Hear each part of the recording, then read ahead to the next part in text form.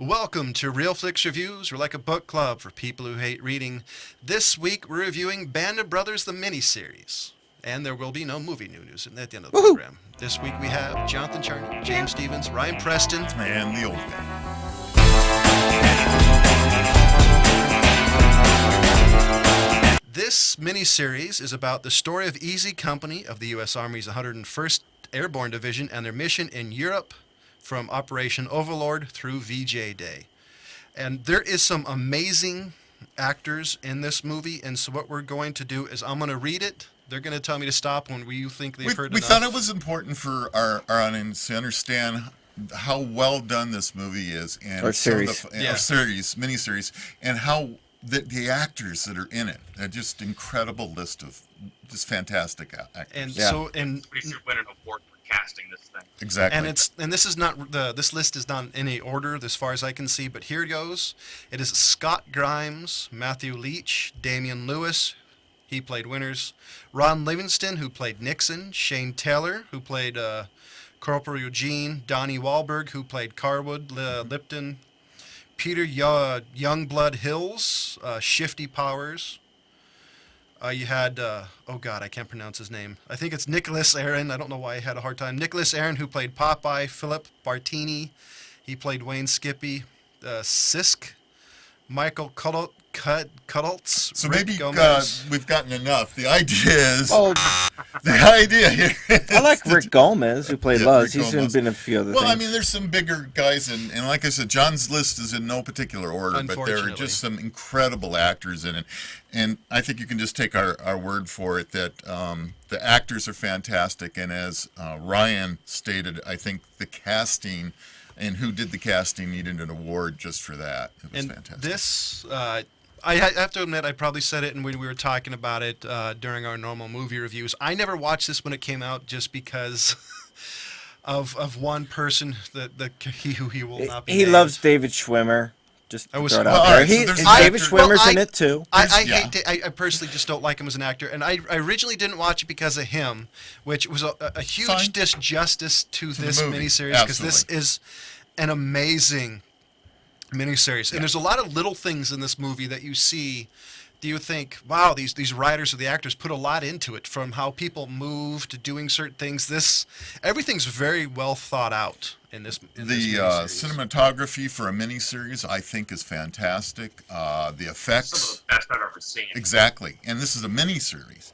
I think actually what we need to do as well is to also say big thanks to David Frankel, Michael Solomon, Tom Hanks, David Leland, Right. Richard Longcrane, David Nutter, Phil Alden Robinson, and Tony Toe, who are all the directors, and that covers all the episodes as all the well. 10 episodes. Yeah. But they did a fantastic job as well. Yes. Absolutely. So You could tell that we all really enjoyed, I don't even think enjoyed is the correct word, but we really liked this miniseries. It was so well done in many respects. As I started to say, talking about the cinematography, the special effects, the realism. yeah, They were, in my knowledge of firearms and guns, they were pretty right on with most of that type of stuff. I would like to add the color palette in this Oh. movie was amazing. I personally own it on Blu-ray, and some of the scenes are almost nauseating. The shaking, the looking, and everything is just, it's an amazing. I think one of way the it things looks. we also need to point out is that I personally believe that this, if you look at it and you take yourself out of it and think this is like fantasy, is a wrong aspect. I think there needs to be many times during this series is to wake up and realize this actually happened. This This would be is the type not of, something you got it right. mystical. Yeah. You got it absolutely right. And it's a shame that, and maybe it is, but I'm not aware of it being shown in school. But I think this No. is in history. This would be a wonderful thing to have, because I believe it's as close to real as you're going to get. Way better than All Quiet on the so- Western Front, which we watched in high school. No, I agree. Well, yeah. I want to jump right into.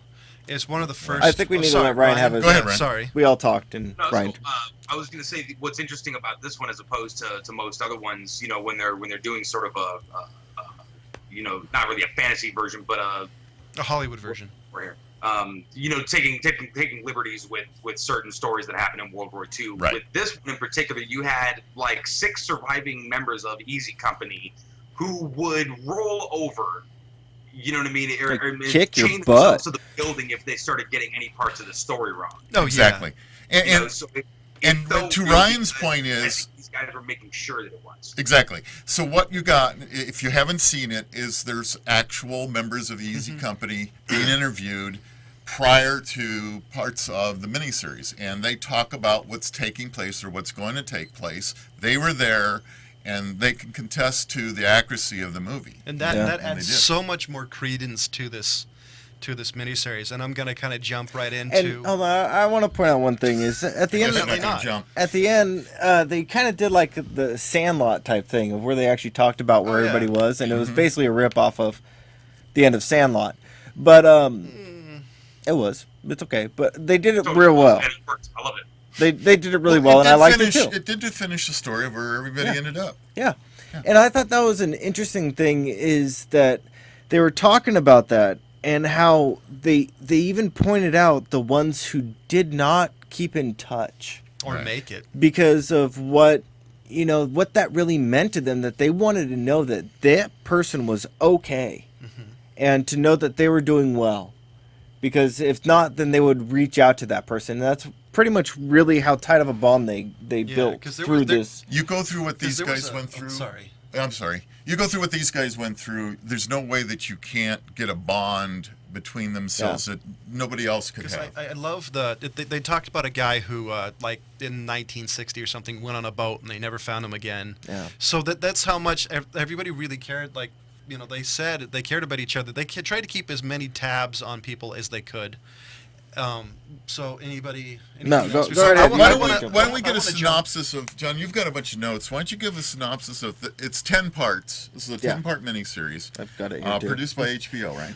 Yes. Okay. So, so why don't we go through the parts so you guys get an understanding from the beginning all the way to the end, how they put it together. Well, I was gonna start jumping in. I was gonna just go from episode 1, which is titled Kurahi. This is basically them and Boot. The episode starts out with them on D-Day. This is where we get to see my favorite actor, David Schwimmer, and so any comments on this? Because my comments on this one was really one of my number one comments when they were doing battle maneuvers. Inside. Well, this was boot camp. It started at boot camp. But when they were doing maneuvers, playing soldier in the forest area. The one thing that really stuck out is David Schwimmer's character. What's his actual name? Sobel? Yeah. Sobel actually chose to take out the 2 heavy gunners as wounded Sobel. Instead of picking out other people. That stuck out to me because he's taking out 2 of the most important people in that squad, the heavy gunners. He was a great trainer, but I think it wanted to show how much of a lack of actual real world experience that this guy had. Oh no, and he couldn't follow a map. I mean, the man was a great physical trainer and in all those aspects, but for the life of him, he couldn't read a map. He commanded discipline. Yeah, that's what it was. That's what he did. And when he got out into the real world aspects of it, is you do not have control over everything. That's what he wanted. He wanted control over every last aspect. Yeah. And there's also the part of the character he was obviously out there for glory, because you see him in one of the other episodes as a supply general or major or something. Well, remember he got pushed back.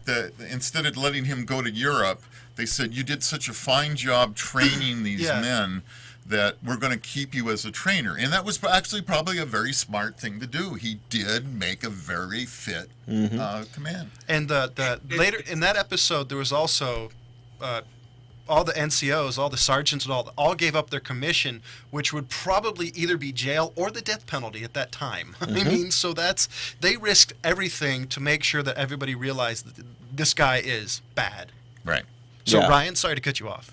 No, that's cool. I was just going to say that I think part of his problem, the reason these guys joined Easy Company or the Airborne to begin with, they mentioned it of episode 1 or 2, was they wanted to train to be the best, so they knew that the guy next to them would be the best.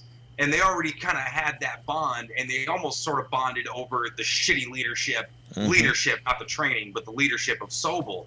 I think when Sobel got into the real world applications of the stuff, the jumps, and then the maneuvers and whatnot, I think he realized exactly how alone he was in that whole situation. I actually have a note on that, believe it or not. When he was going to jump out of the airplane the first time, physically you could see how scared he was. And I had a note and said... There's nobody behind him, saying, hey, don't worry, we're all going to be okay. Everybody was like, hope this guy's chute doesn't open. Yeah. Right. So the next episode is episode 2, Day of Days, and I think that's where it talks about, is that D-Day? Yeah. Well, it talked about them getting ready for that day. That's pre-dig. And how many times they went out to do it, and they went back and watched the movie. That's right. And later on, it was also talking about D-Day, because I have a note. It was saying if the storm wasn't trying to kill you, the Germans were. And you're in a little tin can with a couple of props. Well, trying to cross the English Channel, and if you guys have ever seen the English Channel, I can't imagine how they did it. Could you imagine, though, being one of those Germans and sitting in your little gun waiting for them to come, and all you hear is just the rumbling before it even comes, and you just hear the noise, and then you look up and you see the stars getting blotted out by the amount of planes that were coming over. Could you imagine that? And I mean, literally, I do not think that they could have seen the stars with how many planes were coming over. So you just see that, like, black coming your way until you start shooting and blowing things up. And I think this is the one that's the first time we see shaky cam in this miniseries, which to me personally is the best use for it. Is the scene where you had all those German 88s? Is that what they were? You had there 88 guns shooting, and you had these guys. You had this one guy, which shows you how crap war was a couple. He almost died twice by a grenade. One was his.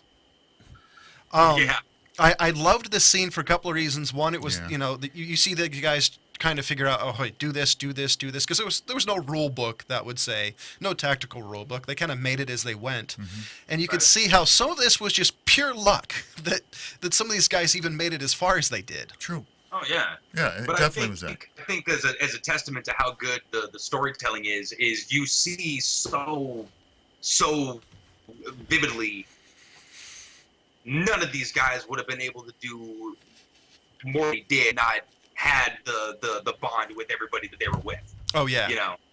It's the collective strength of the group that gave them, the individual, the even fortitude to just take another step forward after all the but that's shit that's in front of you. That's what they said you mentioned that they wanted. They wanted somebody who they knew was the best right next to them, so that when they're in the middle of the shit and bullets are flying past them, you see people dying next to you, that you just have that guy next to you saying, hey, I got your back, let's do it. The other thing I was going to say, some of these guys joined because there was like $50 extra on a paycheck. Which I also thought was kind of amazing too. Sorry. But yeah, this episode was just amazing. I was going to say, the other thing is it's a testament to Winters and how everybody realized that there's, in the chaotic that is war, there was one person who was kind of their rock was Winters, as he was going to be there, and unlike some of the leaders, he was in front. Yeah. Which is something you don't see a lot. There's also episode 3 is Keratan. James, if you want to go. Yeah, this one brings up something that they didn't even know existed, and they came up with it later on, which is shell shock. This is where you get the introduction of Blythe, who is only in one episode, but that character actually brings a lot to this film. Yes. In the sense that it really shows what happens. I mean, he had hysterical blindness before they even knew what hysterical blindness was. They really thought that he had just lost his marbles. You get to see how people actually, like Winters and some of the command, were actually good when they realized that this guy was no good in fighting. It just let him out of battle. Yeah, well, he kind of did, but he also came up and once he's like, "You're okay? You can see?" And he's like, "Yeah, I can see." And you saw Winters just saying, "Okay, well, he's ready to go again." He let him have that much trust. He trusted the guy to be ready and fit for fighting, which he was. He actually went out and he actually did fighting himself, but he died in the midst of battle. But It was that they didn't really know how to react to it. So pretty much all Winter's tactic is okay, I'm going to let you be. You relax. You do what you need to do. Come back when you're ready. Yeah, which I thought was really cool. The other thing I thought was nuts is shooting bazooka a couple of feet from a Tiger tank. Oh, yeah. Shrapnel. This is the one of the ones we get to see the effects of spears. And how the story of Spears kind of evolved, because you got to see the more and more the story of Spears, I don't remember his first name, got around, more and more people, even his own side, were like, this guy's scary, but I'm glad he's on our side. I'm not finding it right now. But yeah, I agree. I think and I like the one where he, I think it's the breaking point, or no, the last patrol, where Spears pretty much sits down and talks to Lipton and says, the Roman commander, he was talking about the Roman commander, I can't think of the guy's name right now, but he talked about that and said, do you think that, they had stories about him? And do you think that he denied them? Because of the fact that they wanted to have the biggest and baddest commander that was there. And that's what Spears was, especially running across the enemy lines, there and back. Not only did he go and catch up with the other guys, but he came back. And the story of Spears, sorry I didn't introduce it earlier, is basically there were... Ronald Spears. There was a bunch of German soldiers, and one that was actually kind of raised in America that was on the side of the road, had been captured. Spears came up and killed them all. And one guy, I don't remember which guy saw it. Luz, I think. Luz, there was one guy that saw it. He told the story of it, and this story evolved into Spears just being somebody that even his own men feared him, but that seemed to inspire awe in the fact they followed him. Yeah, they knew he wasn't one guy who would ever back down. Yeah, and I like the thing that he says is that you always run into the guy who knew the guy who was there, but you never run into the guy who was actually there. It's always the guy who knew the guy, or the guy who heard the story from the guy. And the episode 4 is Replacements, and I actually really love this episode solely for the reason and how bad it would be to be a replacement. A replacement is a guy who's generally filling spots in a unit once some people die. The beginning of this episode I thought was really telling when you saw they're in a bar or something, right? Oh, yeah, okay. They're in a bar, and the scene is they're guys they're all telling stories, and there's a couple of replacements sitting on. And if you don't know, the 101st Easy got a unit citation, and so one of the guy walked up and started giving him crap about the unit citation. And so in respect, the guy took it off, left it on the table, and walked away. And the guy who was giving crap to the replacement didn't actually make it on D-Day. And so, well, no, he made it on. He made it on D-Day, but it was for what they did at Carentan. Well, yeah. Well, no, because... Or Normandy. They took the guns. Yeah. Sorry. Oh, yeah, but yeah, basically the story was the guy got shot on the plane, never actually landed, wasn't even there during the reason why the unit got the citation. Yeah. And this guy came up and said, "Why? Bull. You weren't there." Bull. Bull walked up and said, "You weren't there. Why are you bitching?" And Bull was... I don't know if they actually got a character that matches Bull, because Bull wasn't there in the opening scenes. Mm-hmm. But, oh, man. If he was a big guy like that, I wouldn't mess with him either. I thought that... I had read somewhere that most of the main actors were chosen because they looked just like the other guys. That's what I'm thinking. And oh, man, I'll get to him. But, the one guy that always amazed me was Shifty. Mm-hmm. Shifty Powers was one of the guys that he wasn't very prominent through the series. He was not as prominent as Luz or Bull or Commander Dyke or any of these guys. I think even Commander Dyke even had more of a role than Shifty Powers did. But every scene that Shifty Powers was in is one where you could see this guy who was a humble man, a very simple guy, but one of the best shots in the entire thing, and people trusted him and respected him. He was in a way their sniper. And so much in respect, I'm going to jump way ahead to the point where the entire platoon agreed that Shifty Powers, although he didn't have the points to go home, deserve to go home. Yeah, and if you get anybody out there actually knows a little bit of what they were using, he was shooting an M1 Garand, which is not exactly the easiest thing to do long range. Well, it's the one thing. It's 20 pounds. I mean, it's like 5 to 10 to 15 pounds. It's a very heavy rifle. I think it's like 11. Now, I'm exaggerating. Depends on how much Cosmo John's is in not the stock. John's not a weightlifter. No, but it's actually a very heavy rifle, and it's actually not bad long distance, but it's a very heavy rifle, and so generally when these guys doing this shot, he's been lugging this thing for a while, so this guy is tired and still has the ability to make fairly good, well, target not to acquisition. mention shooting with iron sights, and those sights are really weird. It's got that backside ring. It's called a peep sight. And then what's that? Peep sight. It's a peep sight. It's called a peep sight. I don't like peep sights. The other thing in this give me the straight episode, iron sights and I'm okay. The other thing in this episode that really was probably to me would have been at the time one of the scariest things is you had 2 Sherman tanks versus a German tank. And if you know anything about World War II, American tanks, is you were better on top of them than inside of them. Yeah. And so... But we could outproduce them. Yes. We outproduced them. We just couldn't outproduce good tanks. Not at the rate, but, we had the numbers. We passed, That's what did it. okay, no, we're not going to get into the tanks issue. No, but That's not the point of this one. but at that time, I mean, that had to be scary because, one tank would have died, and so the other tank had to be on their game to at least try to disable that tank. And if I remember correctly, I think the best way to do it was at the tail end. Yeah. Any other comments on that episode? I'm good.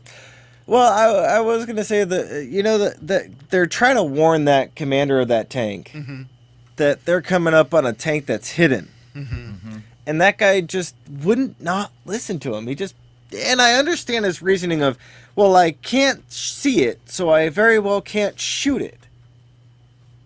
And they're trying to tell him, if you just destroy this wall or this side of this building, you'll be able to see it. And he paid the penalty of it. Yeah. And I'm wondering, if you really think about it, I understand that you're supposed to be minimizing the amount of collateral damage you have, but you're also jeopardizing all the men in your tank along with yourself. You're jeopardizing your lives because it just never made any sense to me. We're gonna skip on to the next one because this episode is already gonna run long. Okay. But I want to give every episode kind of a fair ability to talk. But first, we're gonna hear from. What was your point, Ryan? Before you switch. Oh no, I was just gonna say if I was the guy in the tank and somebody was telling me, "Oh, he's just right around the corner," I might be taking his word for it. Right. I'm willing to give a point here where I think there was so much noise and so much artillery going on and so many things that at a certain point, especially in a tank in that era, their hearing was shot. And trying to get their attention when they're focused, you're in battle and everything comes down to, you lose all the peripheral, right? That's Everything's a really good just point. in front Tunnel of you. vision. Tunnel vision. So I think that's what happened in that particular That's scene. actually, I like that. I never thought of actually... it. Episode 5 is entitled Crossroads. This is another amazing episode. I'm going to keep saying amazing because this whole series is absolutely amazing. But this is literally my first notice. Damn, one hell of a way to start an episode. Shooting a German soldier and splashing a guy with urine starts the whole thing off. I think I'll let Ryan start this episode. Okay. Now I got to remember specifically. Okay, then I'll Keep skip. going, Jonathan. Keep going. We'll jump in. I'll catch him up on it. This is the one where the Captain Spears goes running straight forward into the German line where he comes across a bunch of Germans all standing there, and he shoots the guy, and he goes back to Paris, hangs out in Paris for a little while. It's Crossroads. It's right before they get into the Battle of the Bulge, Bastogne. And this was the episode. Right before. And this was the episode where Winters lost the Easy Company. Yeah. Because to me, this is to me the one thing that had to be the hardest about battlefield commissions. You had a guy like Winters, who was loyal to his men, like absolutely loyal to just really his men. He loved everybody else, but to him, his safeguard his people, and he lost the unit to be in charge of the entire battalion, right? Yes. Right. And so you had that, being a guy from in combat, being the first in line, an old school leader, to his ass was in the rear with the gear, and not being there had to be the hardest thing ever. Yeah, really. I mean, well, just knowing the shit that you went through to try to keep the people safe, and you're kind of wondering if the next guy is going to feel the same sort of sense of responsibility towards those people that he's been with the entire time. You know? Yeah, and the scene where he actually, and I'm kind of jumping back and forth with my notes here. The scene where Winters told all his men to stay back in charge. My note on that literally was, there's a fine line between being a madman and a hero, and Winters found it right there. Yeah. Well, he said to wait for the signal, and he threw the can, and what he didn't realize was that there was going to be that few-second delay. I don't think that went through his mind. I think he just chucked it and was expecting everybody to follow him, but he didn't realize that there was that, what was it, 4 or 5 second delay before the smoke started coming out. And the guy stopped one of the dudes. He's like, wait for the smoke. Yeah. I actually think he knew it. I don't think he did. I don't think that was crossing his mind. I think he set himself up in the position of, we're gonna do this, and he just takes it, chucks, and let's move. I think that's all that went through his head, and I don't think he even thought about all those guys behind him, because he had trusted that they were all there. Mm-hmm. And I think that's what it was. I don't think it was that he was trying to go for some little guts or glory thing. Winters does not seem like that guy to me. I don't think it was guts and glory. I just don't think it was one of these things. I think Winters had this plan in mind and did it, and just didn't think of the consequences, because his goal was set forth, and he's trying to protect his guys. That's kind of what I thought.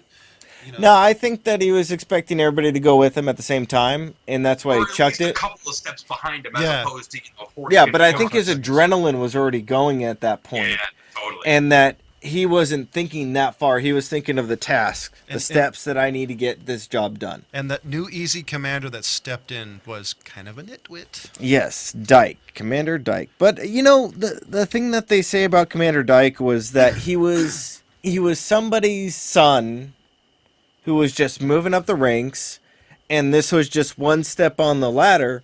But the thing that he didn't realize was that when they gave him the command of Easy Company, how pinnacle and how major of a battle this was going to be. Oh yeah. They didn't know that the Battle of the Bulge was going to be, quote unquote, the Battle of the Bulge. They didn't know it was the turnaround. A lot of people may know it, but they don't know what happened there. He basically is what they were called. They called them the ring knockers, and those were people that usually went to either Annapolis or West Point. He went to West Point, and to further your career, you had to have some combat experience, and that was, because his dad was a general, and so this was their way to progress him along the line, is give him a little battle experience and hope he doesn't get killed. Yeah, and that's what happens. That brings up to the next episode, and that's episode 6, Bestone, and I'm actually going to leave this one to James. Well, this one brings up a great character called Eugene Rowe, also known as Doc, and I like that they bring this in, but the thing that they show in this one is how much loss of life actually happened during the Battle of the Bulge. And what this one focuses on is the Doctor going back and forth between taking care of his guys and kind of a little bit of a love interest. I don't know if that really was a love interest in real life or if they tossed that in for Hollywood effect. But the nurse that he had, the French nurse who could have actually been there, there was known that civilians were there and they were nurses and they were helping people. But this one, I do not admire his job. Mm-mm. To have so many guys that you're there that you come to like and you come to take care of, like it was starts with the G. What was that guy's name that had the urine infection, the bladder infection? Oh yeah, I don't remember. I know he lost his legs in the next episode. Yeah. I can't think of his name right now, and I do like his character. Anyway, but he lost his legs, but he's sitting there and he's got this guy coming around. Hey, Doc, it hurts when I pee. Come and help me out, man. But, he's got to put things in perspective, and he's going around trying to get the tools that he needs to do his job. He can't do it. Because there's no supplies, so he's trying to extend every little thing he has. Yeah, and he's going around finding people's scissors, has to pretty much steal scissors from one of his guys who's not giving it up to him. But, and then I bet that guy heard his name being yelled out in his sleep. Because there's a scene where he's sitting in a foxhole, and there's explosions going on, and he hears somebody yelling, "Medic! Medic! Medic!" And they had to come and find him in the hole, and he's just sitting there, zoned out, lost in space. And we're gonna switch to episode 7 too, since this really kind of ties in the whole story. So let's bring episode 7 into this too, and this is called The Breaking Point, which is another story part of the Breaking of the Bold. So breaking, you know what I mean? Out of the bulge.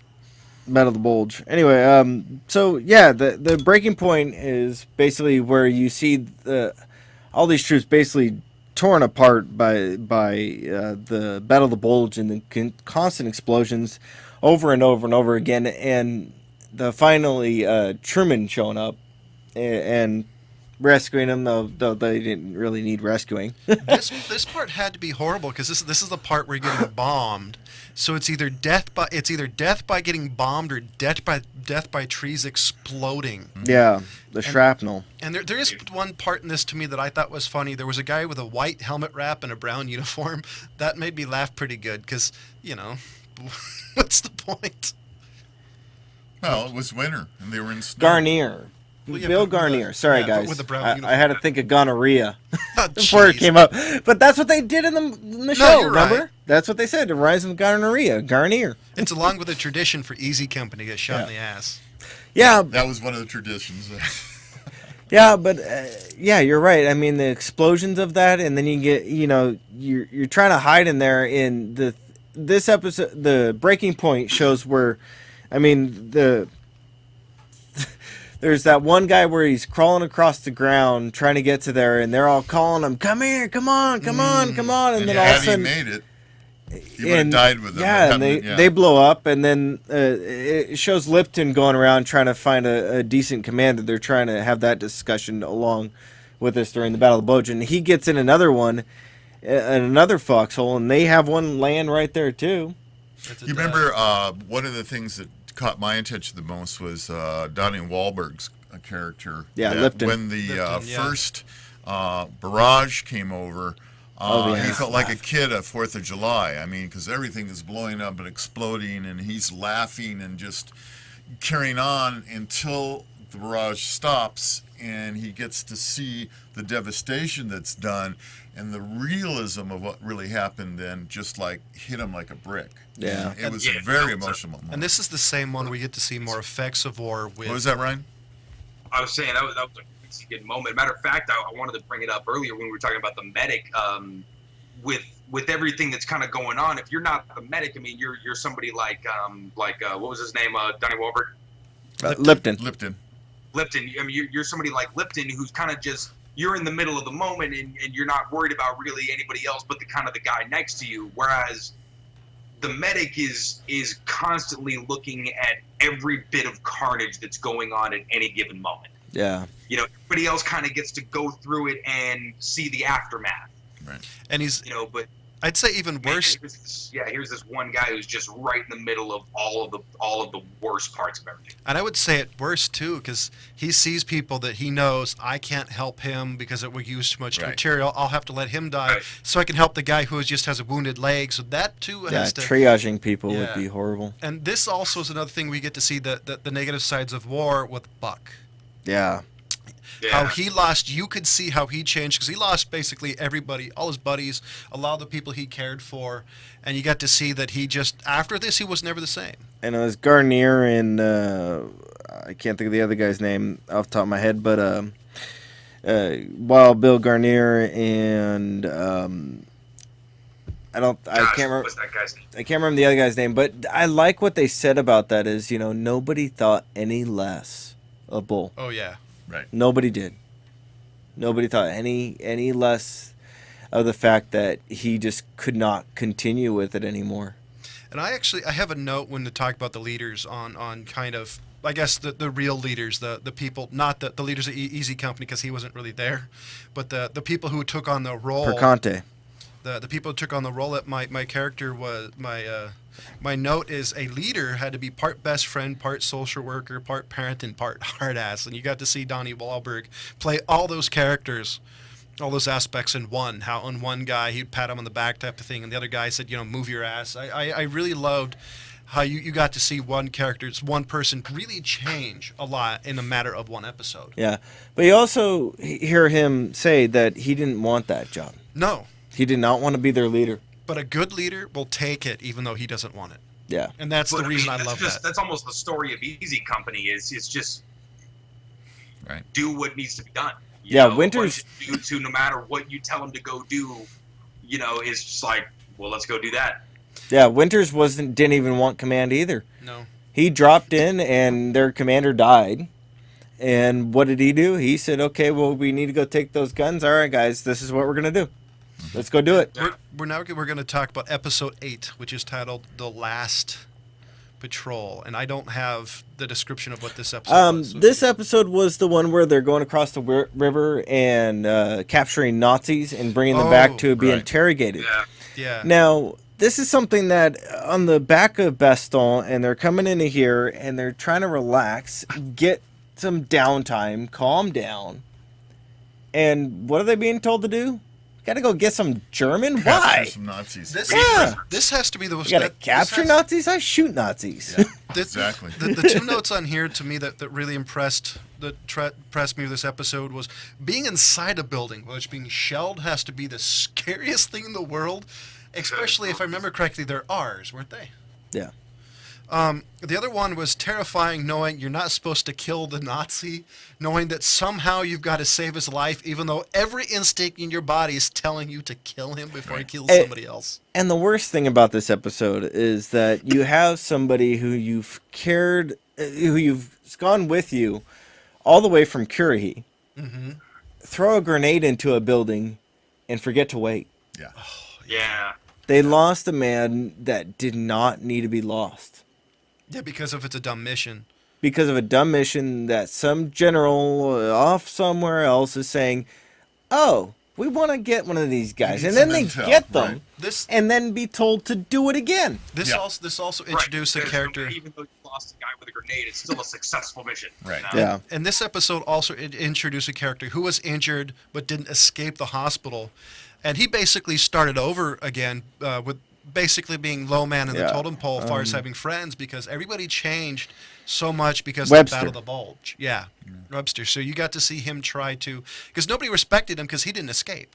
Yeah. So he basically... he was eventually brought back into the fold. But it was easy for them to get upset because everybody else had. Yeah. And, they all wanted to stay together, but... And he basically got rehazed, and he basically volunteered for this mission, along with the new CO being a kind of watching. So let us not forget what happened when they were told to do it again the next day. Yeah. That was actually my next point, is the sign of a good leader will be right there when his men get hanged, because this is where Winters completely lied and said, Tom, this is what the mission is, and then a few minutes later said, now get some sleep. Yep.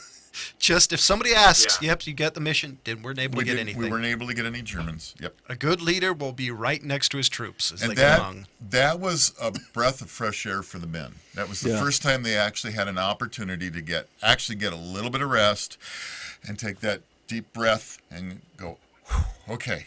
And it almost, to me, it seems like it would make them more willing to follow his orders from then on out. It's like, you know what? We know that this guy's got our back. Exactly. You know what I mean? So when he tells us to do something, we know that it needs to be done. Yeah. Right. No, he's got our best interest in mind. Question his authority or his judgment. You know? No, I agree. I mean, I think they all trusted him before when he was a commander, but I definitely think this was like the cherry on top when they realized that, this guy's a good guy. He was a real deal. Yeah. Yep. Right.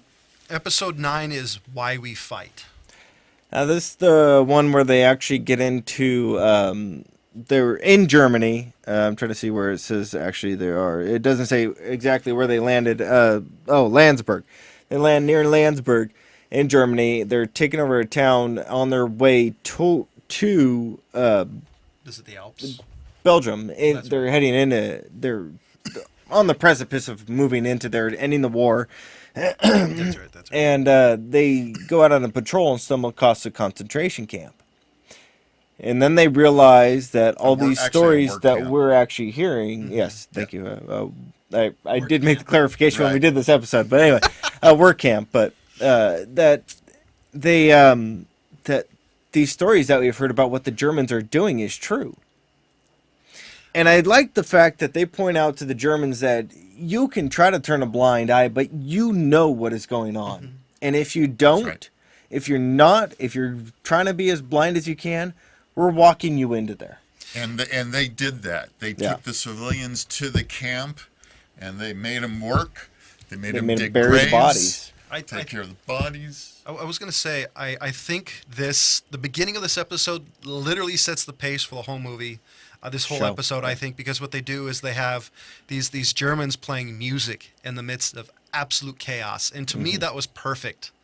Because you could see these Germans holding on to the grasp of their civilization like nothing's wrong. And then later you find the work camp, and you have that one guy run. He hauled his ass all the way back and said, "You've got to Winters, wasn't it? It's like you got to get your ass over here. You got to see this." That to me was the perfect metaphor for what happened later on with even the general or Rommel's wife, yeah, and how even she said, "Oh, I didn't know anything." This to me is probably the best episode out of all of them. It was the most touching. There's no doubt about it. I'll say that. I think for me, the scene in this episode that was just broke my heart was here you have all these workers that are bone thin. I mean, you can't be thinner than these people really are and still do any kind of work.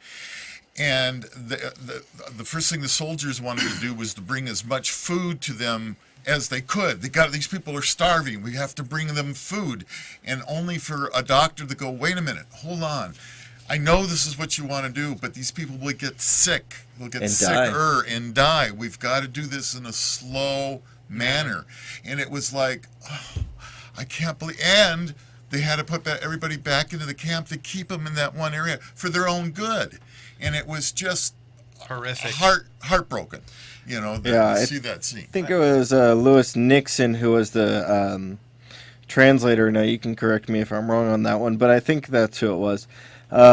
Who was one of the only soldiers who actually spoke Polish or German, which they both understood. Have to go and do that. Yeah. And he's like, I can't do that, but he had to.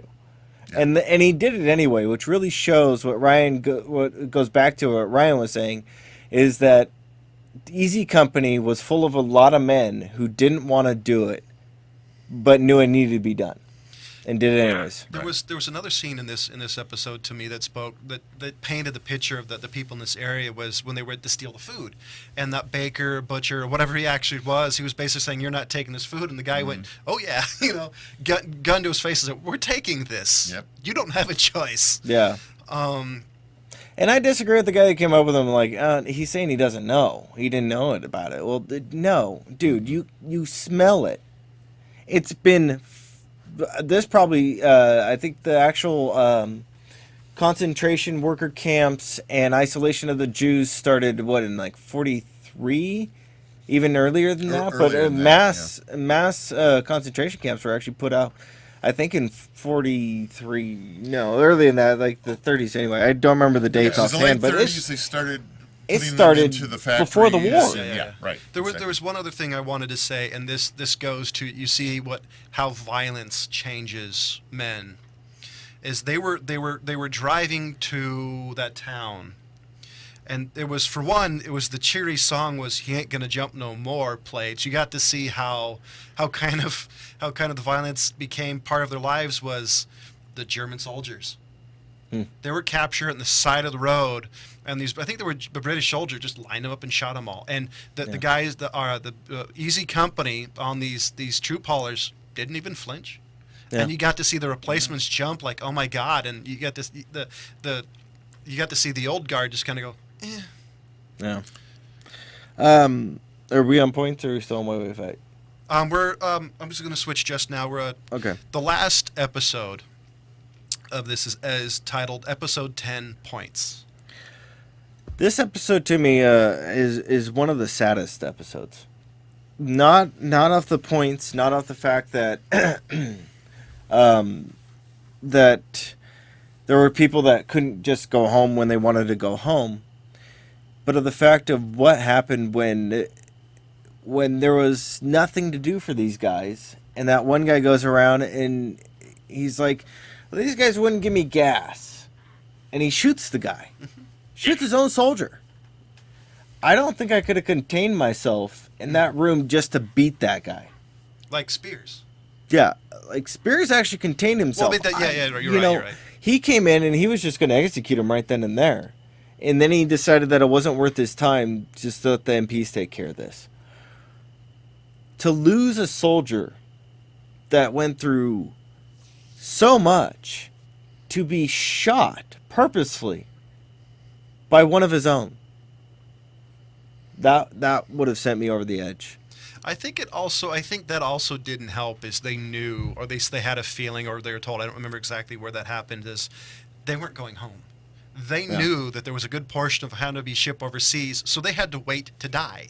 Well, and a lot of these, I think a lot of these guys. The explanation of the series points. What they mean by points is they got points for every action they were in. They get a certain amount of points, and you reached a certain point. I think it was 65 points. And no, it was 85. Oh, it was 85. Okay. Yeah. If you hit 85, automatically you got to go home. If you were below 85, you basically got ready to gear up to go fight in the Japanese War. Yeah, the Pacific campaign. And I think now the worst part. The thing that always drove me nuts about that is how did somebody who fought on D-Day make it all the way to the end of victory in Europe and not have enough points?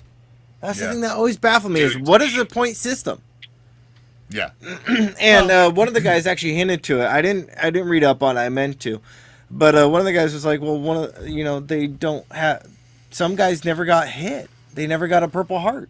So there was some point system that also went with Purple Hearts, getting wounded. Medals. Right. They're always extras, which is a horrible way to put it, really. But yeah.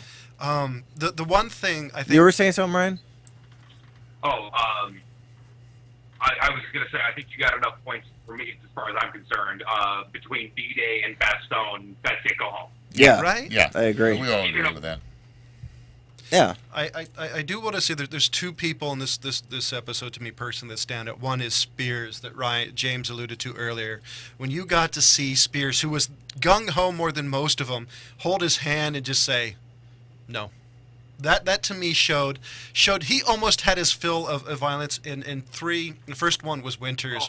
How Winters used every excuse in the book to send his people home, and that to me was another sign of a good leader when he was finding pedantic crap to send people home or not get them to work. Yeah. That to me was. Right. It's like I wish I got to meet this guy in person. Well, and even even if he couldn't send him home, to find him something else they could do. In a role, non-combat role. Well, I was going to say, in a non-combat role, but in a already victory place where they'd won, like France. Like, he had one guy going around to explain the planes. His only experience with the plane was jumping out of it. Right. True. It's like, all right. But that's kind of how far he went. And honestly, I would have taken that General's Luger. I would have taken it. Oh yeah, I would have too. See, this to me in that scene, this scene to me is really this whole episode is really about control, is self-control, because you have these guys who reality should have just never left their home, and you see these generals that you could easily say his gun went off. Yeah. You could say something happened. None of these people realized. None of these guys decided to take it out for themselves. Because I don't know if I could have controlled myself. I think had this been a little bit later on, and they had found the actual concentration camps, and they had finally seen the atrocities that the Nazis actually did, it would have been different. Yeah. I bet he wouldn't have let that general have his gun, and he may have just taken it and used it on him. Yeah. Because that did happen. I was gonna say I might have taken the Luger and kneecapped him or something. Yeah. Yeah, the other thing, right. like doing Inglorious Bastards and carving swastika on his head. the other thing that I was shocked at in this episode was when they walk into the Eagles, or not into the Eagle's Nest, but to the hotel that was down right below the Eagle's Nest, and one of the guys goes up and starts yanking all the silverware. Yeah. And the thing that shocked me about that was that Captain Winters went up and was taking some of the silverware and putting it in his hat too. Spoils of war. Spoils of war, man. Spoils of But war, right. Winters Never did it. was as always throughout the entire thing above reproach. Yeah. And I'm not reproaching him over that, but that was still a questionable action that troops were taking that he did. Well, luckily, And I'm not blaming him for nothing. I would have taken a lot more than he did. I would have been like Spears ripping the swastikas off the wall because I'm going to sell them later. Right. So this I'd be like that movie. Gosh, I forgot the name with Donald Sutherland. Monument Men. Yeah. So That'd be more like. So Yeah, that's what I'm saying. So as obvious as if you're I watching. would have Elder Scrolls that place. Anything not nailed down, I'm taking it. So as obviously the show is almost an hour long. So we're gonna finish ending up. As you can honestly tell, I'm kind of speaking for everybody. I We love. think we still have to give it a rating. Oh no, I'm getting to it. Okay. You can obviously tell that we love it, and I generally don't do this, but I'm going to start on my own. If I give this a 5 out of 5, I wish I honestly could give it higher, but our rating system limits that. This to me is the best, and will always be the best miniseries about war. Period, because it touched on everything from the excitement to combat to the horrible of war to personals. To this is just amazing. I can't really describe it. And matter of fact, we could probably spend another half hour to 2 hours speaking about this. So Yeah. I give this a 5 out of 5. I'm gonna Rob go next. Yeah, this is probably one of the finest miniseries in quality, with Steven Spielberg's and Tom Hanks being the lead Yes. people in this that I've seen. So I couldn't give it any less than a 5. James? Yeah, I completely agree. This is hands down 5 out of 5. There's a reason why we picked it for the first one. So yeah, It's set the good. standard bar. Ryan? I think I said this before, but I give it a 5 because I can't give it a 6. Right. Yeah. It's so much of everything that you'd ever want to be in something like this. I mean, it might be the best, as far as miniseries goes. Mhm. I don't think I've ever seen anything better than this. I mean, this was No. First of all, it was cheaper than any war movie you've ever seen. I guarantee it. At like 120 million or something like that. 128 million, Under yeah. 150. But and it was 4 times as long. Right. Yeah. And it was end to end brilliant. You know what the hardest part for me was is to wait and not just have the temptation to watch all 10 hours at one Yes. sitting. You know? Yeah. I just, Really. it would come to an end and I go, no, I want to keep going. Put the other one in and put the next. I could have spent all day watching this thing. And so. Yeah. next, we're continuing on with doing this as a part of Real Flix Reviews. So James has the next series we're going to do, but before that, I do want to reintegrate what James said. Is the reason we picked this is this not only sets the bar, it's way sets the It bar. is the bar. Yeah. So, and we truly do hope you enjoy Real Flix Reviews reviewing television series in miniseries. So with that going said, James is going to tell us what we're doing next. Well, the one that we're going to pick next is one that should have kept on going. It did not. Yep. And we're going to be doing this one slightly different than we did the Band of Brothers. We're going to be watching Firefly, and after we're done with Firefly, we're also going to be doing the movie Serenity. So because they only went through one season of this, Yes. Right. it's Which is an miniseries. atrocity in itself. Yeah. So that's one that I want to give you guys a heads up. Go out, get them, find a place to watch them, find a friend who has them. Beg, borrow, or steal. Yeah. And as then you see say. how you agree or disagree with us. Yeah. And for Pretty sure all of them are on Netflix as we speak. and yep, and as the old guy is pointing out, we do have a Facebook page at Facebook.com/RealFlixReviews. If there is a series you want us to do, whether it's the original Battlestar Galactica, the new one, the A-Team, or whatever in between, please let us know. We'll consider Doctor Who. Oh. If that's the case, I got the perfect one to pick.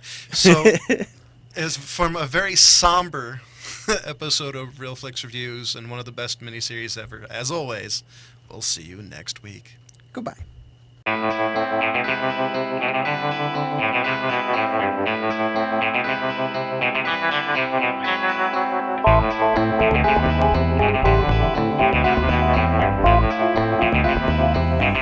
Thank you.